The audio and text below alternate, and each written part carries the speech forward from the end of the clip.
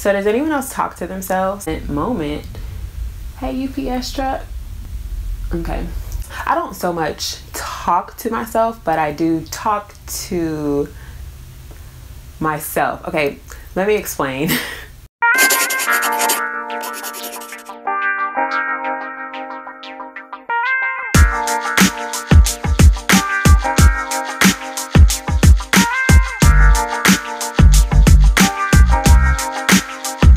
Hi guys, ShaKara, I'm back.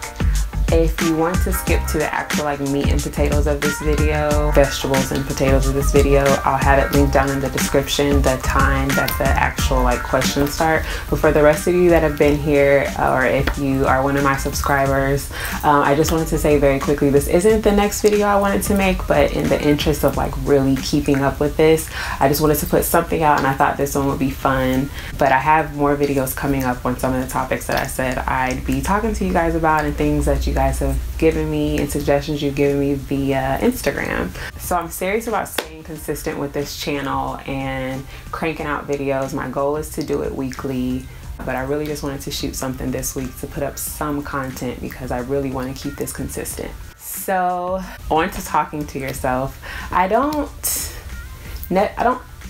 necessarily talk to myself out loud, well, most of the time, but what I mean is I hear this constant interview in my head, and I've heard it since I was a kid, and it's just interview questions, if I was on a talk show or a podcast or a magazine or a radio interview or just something of that sort. And so I kind of feel it's law of attraction, me pulling this toward me. I know I'm going to be in an arena one day where this will be coming up a lot, and people will be wanting to pick my brain about stuff and ask me questions. So maybe that's where that comes from. I don't know. But some of these are questions that I want to ask some of my biggest inspirations one day, when I get the chance to sit down and talk to them. And since I'm working on being my biggest inspiration, I figured I'd ask these things to myself. I've seen this tag on YouTube, the 50 questions I've never been asked. So I came up with some questions that I saw. They're from some of my favorite interviews, or they're things that I have written down. And like I said, there are things that I want to ask people when I get to sit down and talk to all these great people one day. So here they are. 10 questions I've never been asked, and I'm very, very interested to hear my response to some of these. Number 1. What is the most embarrassing fact about you? Embarrassing facts. Embarrassing facts. Well, okay, not so much an embarrassing fact, but I am a Pisces who spent most of my life growing up in Florida, and originally from California. All these places have lots of water, and I can't swim. So, okay, let me rephrase. I can swim, but I'm not a confident swimmer. So I feel like I could definitely save myself if I needed to, or save my daughter if she needed saving. But as far as jumping in the water and it's that's what it is. It's that treading water thing. I'm not going to be sitting in the deep end of the pool, having a conversation with you while we're static in the water. I haven't quite grasped how that works. So that is something I'm going to learn to do this summer when I put my daughter in swimming lessons, because I feel like I can jump in the deep end and keep going, but I'm not just going to be chilling. And I feel like that kind of mimics and reflects my life. It's hard for me to just chill in a place for too long without having a sense of direction and needing to know where I'm going. And I get over most of my fears by jumping in. What do you think stops people most from achieving their dreams? Yourself. You stop yourself the moment you decide you're not going to do it. The moment you want to do something and then you don't jump in and start running and get it going, you stop yourself. I think people stop themselves most from achieving their dreams because they get so caught up in the why and the how and the what if, and they don't take into consideration okay, what if it turns out good? What if you jump in and it's everything that you've been hoping it's going to be? People also get caught up in their vision being like so big, and they can see clearly everything that they want to do and how they want it to be and how they want it to affect people, and like the large grand scale they want it to be in one day. And they see where they're standing now, and they can't figure out how they're going to get from point A to point B.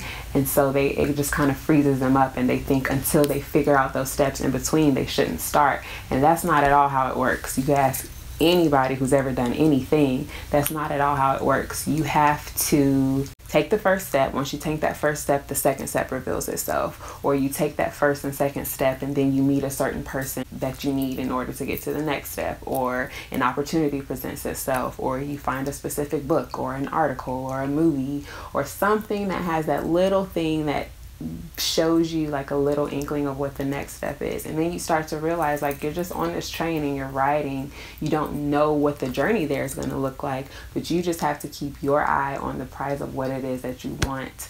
And I promise with every step, the next step gets built, or the next step reveals itself for you. What celebrity do you wish was your sibling?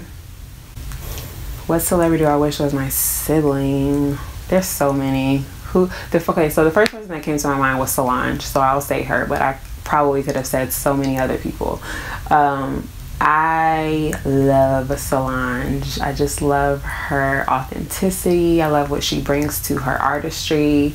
If you notice, and this is another thing about jumping in, if you notice at the beginning of Solange's, for you, this is over here, the beginning of Solange's career, people just kind of thought she was weird, and they're like, what is she doing? Like, this isn't what everybody else is doing. This doesn't make any sense. And the more she just stayed true to herself, she honed in on herself and what it is that she felt like she had to offer the industry, and what it is that she felt like she had to offer the world. And she paved the entire lane for herself, a career for herself off of her own quirks. So I probably say Solange and so many other people. What is your morning and night routine? I've never answered this question. My morning and night routine. So in the morning, the very first thing I do when I wake up is smile. I'm happy that I woke up to see another day. And then I immediately say thank you for, letting me wake up. Thank you for the beautiful day that lines up in front of me. Then I drink water. And then, I won't even lie, this is not every day. Usually I get on the yoga mat next. I'll eat, shower, and start my day. And then at night, when I'm winding down for the night, I do this in the morning too, but at night I think it's a little more sacred for me. My like nighttime routine, like for my face, it's just like the replenishing myself, like replenishing my skin with moisture, washing off the day. I feel like I take my showers like this too, just washing off all of this stuff, anything that could be weighing you down, and then like rinsing on, or like letting the water and your movements pour back something that's good, pure universal life flow energy. And I kind of do think about it like that. I don't take it that seriously, but I think about it like that as I'm washing my face. And so I really look forward to it, because it's like my sacred time every day to just like have a moment of self-care. So I do that. And then for the month of March, I'm doing a manifestation march. And I guess I should have shared this with you guys, because you could have did it with me, but I'm gonna get better at like letting you guys in on things that I'm doing and doing it together and really making this a community. But so forgive me. But for the month of March, so I keep these two under my pillow. This is my gratitude journal, and I write in this. I don't typically write in this every day, but for the month of March, I'm making a point to write in this every single day. I was gonna do it morning and night, but it's just been pretty much at night. So I write in my gratitude journal a few things, a lot of things, however I'm feeling. I take a few minutes to do that. And then I typically only have like a moon manifestation journal, but I got this journal for this month and beyond for just like fun stuff. I kind of used to do like letters to my future self and all that sort of thing, just in random places or on random papers. And I kind of want to keep it all in one place. So I'm starting that this month. And this is lists. I think there's like a letter in here to my future self. Different things that I've done this month, in the month of March, surrounded around manifesting and gratitude every day. So I've been doing this right before I go to bed at night and putting it under my pillow. And I think that's pretty much my night routine. It's just washing my face, saying some prayers, and meditating. And then this. Oh, I guess I left that out of the morning too. So I wake up, I smile, I say thanks, I drink some water. Sometimes I will lay back down and do a meditation. Sometimes I'll save it for night. Sometimes that meditation is just visualization. It's kind of whatever I feel. But those are pretty much my morning and night routine. I hope that was clear because I just said a lot. What is one word to describe God? Okay, so as to not say something cliche that we all know and feel, let me pick my brain a second. God is audacious, and I'll tell you why. God is audacious enough to have thought of somebody like you and to have put an intention into the universe to create you, to bring you to this world, equipped with all of the things that you need to present your highest expression in order to raise the consciousness of this world. And God equipped you with everything that you need, all of the energy you need, all the connection you need, and all of the introspection that you need in order to get everything that you are on a mission here to do. And it's a shame when people don't realize that about themselves, that you were created in the most beautiful image ever likened to any living thing, and that you have so much power to bring forth what this world needs in order to heal, that you have everything that you need to heal yourself and everything that you need to absolutely change your world and bring forth everything that you desire. Audacious. This is a good one. What's the big deal about turning 30?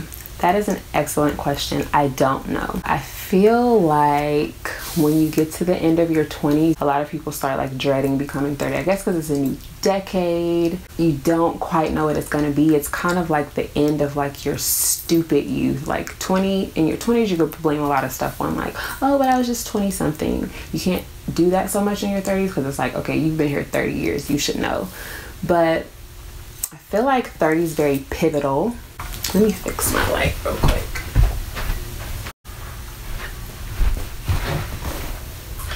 I don't know if that's any better, but I feel like 30 is pivotal. I feel like it's a point in life where you can either decide that you're getting old, or you can decide that you're just still living in your essence. And I feel like so many people, as soon as they turn 30, they start calling themselves old.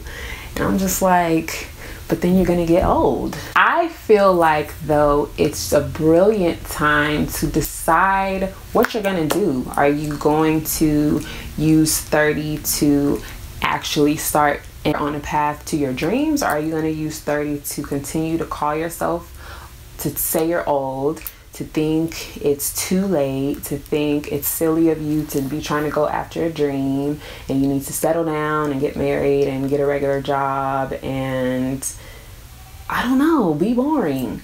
30 for me has been like finally getting a decent handstand. It's been exciting to see what the next decade of my life is going to bring and what I'm going to bring to the world, and how serious I'm going to get about really getting my dreams out and living them and offering my absolute best self to the world and walking in my purpose. So I don't know what the big deal about turning 30 is. If you're not at 30 yet, don't make it a big deal. If you've passed the threshold of 30, get over it. It's a beautiful age.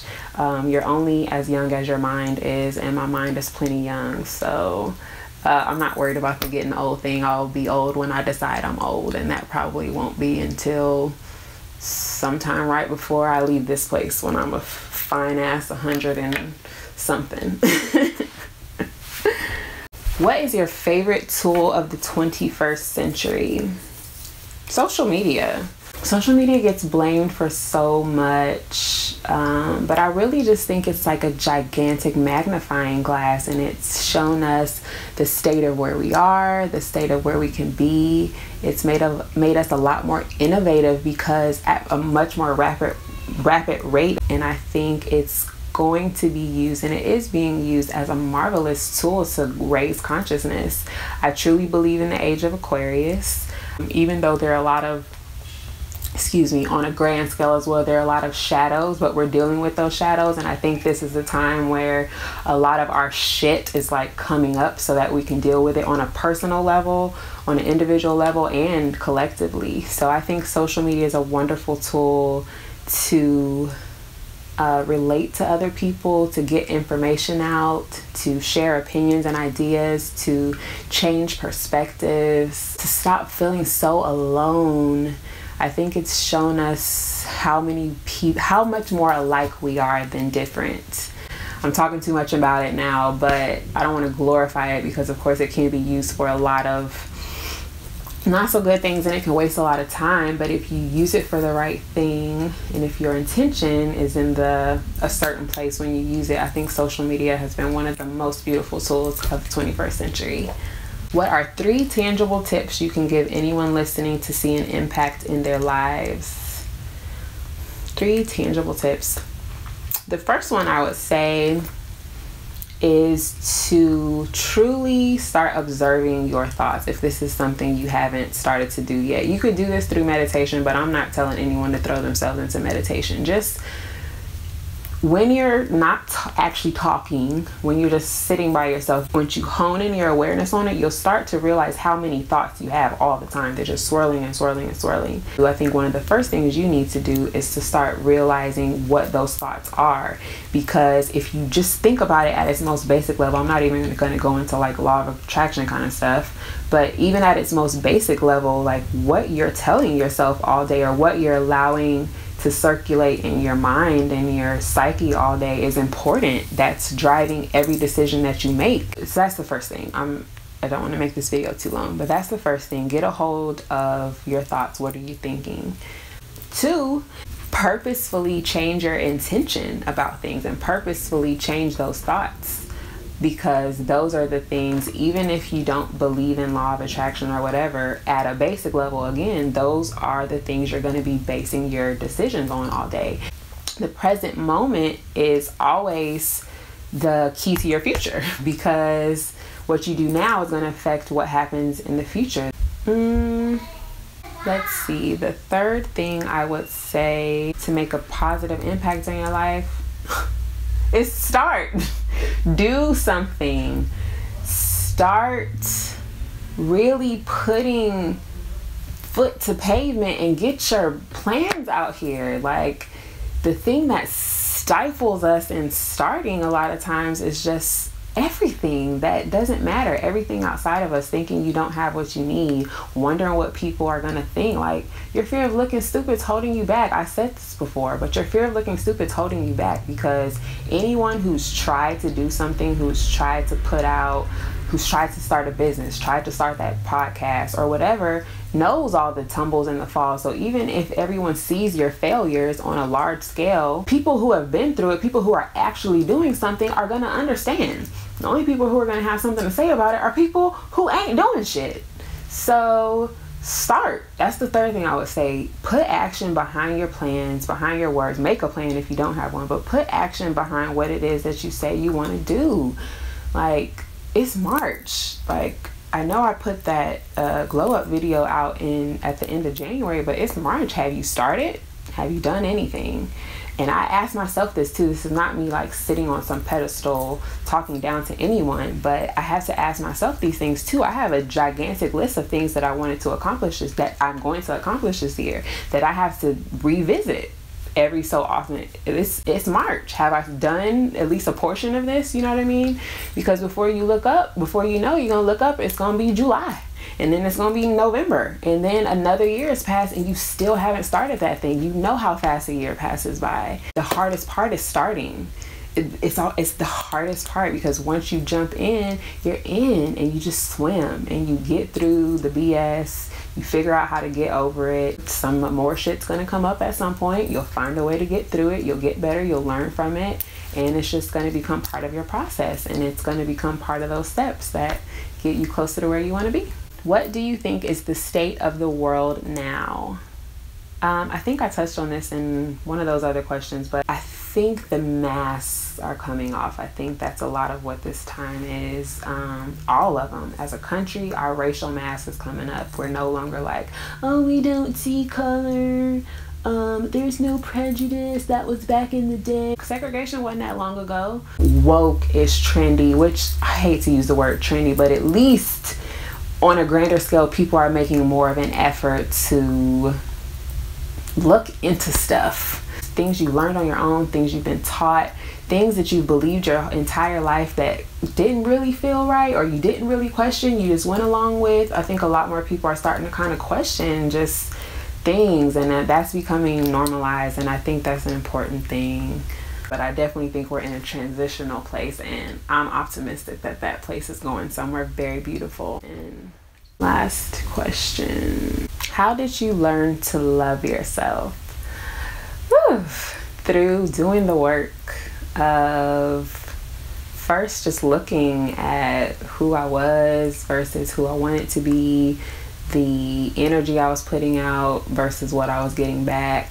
On a spiritual level, it was mainly that. If that question is about physical, like on a physical level, you just have to, first of all, that comparison trap, you gotta stop it. That's the main culprit for a lot of BS. But don't ever compare yourself to anyone. That's an insult to God. Leave love always Kelly. I don't know her actual name, but that's her Instagram handle. Put that up. I don't know if those are her words or not, but I think that's very true. Comparing yourself is an insult to God. Don't ever compare yourself. But I just have to accept yourself for like who you are. Like it just becomes a thing where it's like, I don't care. Like this is my face, and that's okay. I think it's a pretty cute face. But like little nitpicky stuff like that just will crush you if you just let it consume you, or like people with their weight, or people with blemishes on their skin, or whatever it is. Just having to come to a place, and I have a self-love video coming up that's very exciting. If I shoot it the way I want to, it's going to come out really nice. But yeah, just introspection, learning to be alone with yourself, and really liking your alone time with yourself, not letting your alone time having to be being on social media or on the computer or on the phone or even plugged into the TV or the Matrix in any way. Like you have to be okay listening to music and just vibing out with yourself and centering yourself and listening to your thoughts and just breathing. But yeah, you just have to do the work to want to love yourself is where it starts and where it ends, and it doesn't end. Let me not say that. It's where doing the work of wanting to love yourself is first and foremost, and then being open to whatever that journey is going to show you, and healing in all the ways that you need to, sitting in the times when it's uncomfortable and figuring out what that is and letting it come up, and remembering that life is happening for you and not to you. So using every opportunity to elevate yourself, even the tough ones, like knowing that it's just going to add to your testimony when you are being interviewed. Like I said I will one day, like the things that I could tell about my life and about what I've overcome have come through me making a conscious decision to love myself through everything, through all my mistakes, through all my ups, through all my downs. Like Kendrick said, I want the credit whether I'm winning or I'm losing, and that's the realest shit. So this is like a fun little introspective kind of video, I guess. These are 10 questions I've never been asked, or at least I've never been asked and answered out loud.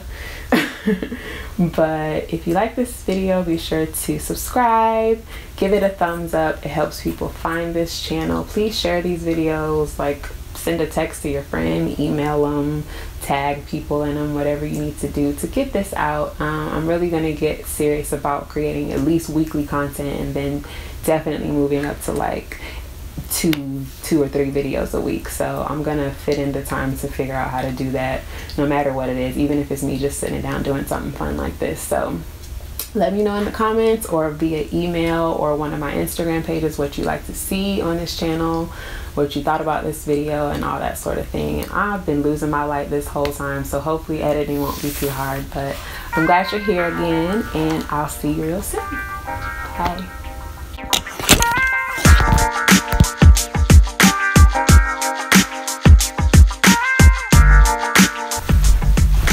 I'm going to be crushed if that wasn't recording at some point. Oh my gosh. Okay, so anyway.